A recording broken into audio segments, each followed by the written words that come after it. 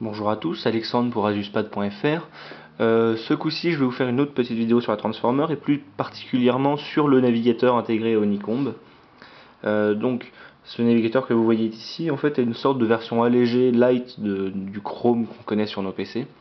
On y retrouve une interface assez proche avec, en page d'accueil ici, en fait, les sites les plus visités sous forme de mini carrousel, de mosaïque plutôt. Bien sûr, on peut changer cette option et avoir une page d'accueil standard personnalisable. Bon, pour le moment, je vais vous faire un petit tour du navigateur. On a en haut la barre avec les onglets, possibilité d'ajouter ou de supprimer des onglets. On les ferme avec la croix, on ajoute avec le petit plus. On a la touche menu en haut à droite, j'y reviendrai plus tard. Et on a la barre de navigation avec précédent, suivant, actualisé, un champ de recherche ou d'URL, la petite étoile pour ajouter en favori, recherche qui fait un peu doublon avec la barre, mais qui est quand même là, et un petit onglet pour aller aux favoris et à l'historique. Sachant que cette interface, je vais vous montrer, on peut la changer, ainsi que je vais vous montrer. Donc dans les paramètres, on a un onglet Labs, où on peut décocher page d'accueil les plus visitées pour avoir une page d'accueil standard. C'est-à-dire que si je relance mon navigateur, voilà, j'arrive sur google.fr tout simplement. Autre possibilité de réglage dans Labs, on a ce qu'ils appellent les commandes rapides. La commande rapide, c'est en fait, au lieu d'avoir la barre en haut, on n'a plus rien. Et en fait, il faut une pression du pouce à gauche ou à droite. Et on a précédent, suivant, actualisé, la barre de recherche, les favoris historiques, menu, les onglets, ajouter un onglet, quitter un onglet.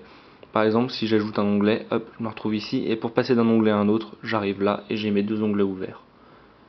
Voilà. Donc,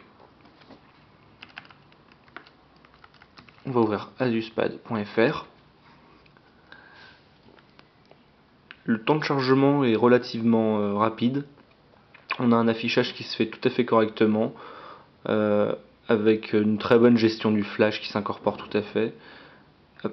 Alors, par contre avec le pad ça me fait ça aussi. Voilà. Donc même sur des sites assez lourds avec plein de flash, des vidéos, on n'a pas trop de problème à les charger.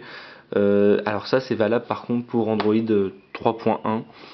Sachant que sur 3.0 on avait un petit peu de mal sur les sites un peu chargés. Bon, je vais réactiver les options comme je les utilise d'habitude et on va passer à la petite astuce du jour. J'ai fait planter mon navigateur. Ouais, des fois il a tendance à se fermer mais c'est rare. Il doit se relancer à mon avis quand je change certains paramètres. Donc la petite astuce du jour, c'est si vous voulez changer le user agent de votre tablette. Dans le navigateur, dans la barre de recherche, vous tapez About, A-B-O-U-T, debug, D-E-B-U-G, tout attaché, vous faites Entrée. Normalement il ne va rien se passer, par contre si vous allez dans les paramètres, vous allez dans le menu, vous avez déjà deux petits réglages en plus, Dump Navigation Cache et Dump VUT Counters, je ne sais pas ce que c'est, mais vous allez dans les paramètres et vous avez une nouvelle catégorie débogage, et là vous allez chercher quelque chose qui s'appelle, si je le retrouve, ou alors c'est peut-être pas dans l'onglet débogage, il me semble que si. Alors, je me suis perdu. Mais je me suis perdu. Mais normalement, on a une option pour changer l'user agent vu que je l'ai fait. Étant donné que je l'ai aussi fait sur Android 3.0, il est possible que ça ait changé sur le 3.1. Si c'est le cas, j'ai fait une vidéo qui ne sert pas à grand chose.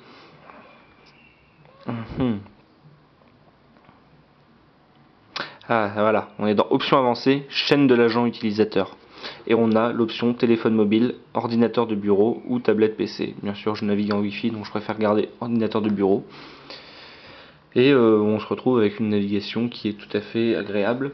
Sachant qu'un petit détail que j'ai omis aussi, on peut synchroniser avec Google Chrome en utilisant son compte Google, donc garder les mêmes onglets, les favoris, tout ce qui va bien. Donc à partir d'Android 3.1, on en trouve ici un navigateur tout à fait utilisable et agréable. Merci à tous pour avoir regardé cette vidéo et à bientôt sur azuspad.fr.